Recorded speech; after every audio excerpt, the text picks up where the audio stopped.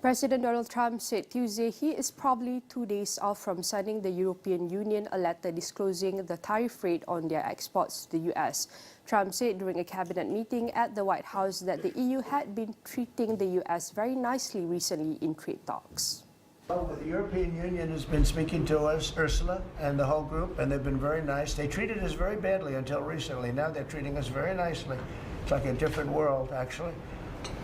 They've treated us very badly. They were among the toughest to deal with. Actually, in many respects, they were much worse than China. Look at what they do to our companies. They sue Apple, they sue Google. 17 billion they got from Apple on a lawsuit that they didn't have a case. They have, judges that are European Union judges, and they ruled. They take so much money away from our country in terms of that, in terms of other things that they do. They're very tough. But now they're being very nice to us, and we'll see what happens. We're probably 2 days off from sending them a letter. We are talking to them. I just want you to know, a letter means a deal. Meanwhile, the European Union will not receive a letter from the United States setting out higher tariffs. EU sources familiar with the matter told Reuters on Monday and is eyeing possible exemptions from the US baseline levy of 10%. Some EU sources said the bloc was close to an agreement with the Trump administration.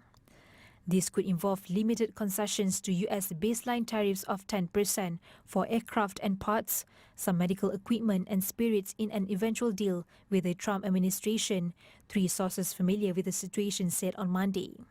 Two sources also said that the EU was looking into an arrangement that would allow EU automakers that produce and export cars from the United States to import more EU vehicles at tariff rates below the current 25%.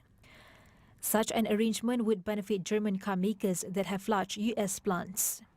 The European Commission, which had aimed for a balanced and broader trade agreement with the United States, briefed EU envoys late on Monday that EU countries faced a choice between accepting an unbalanced deal or facing more uncertainty.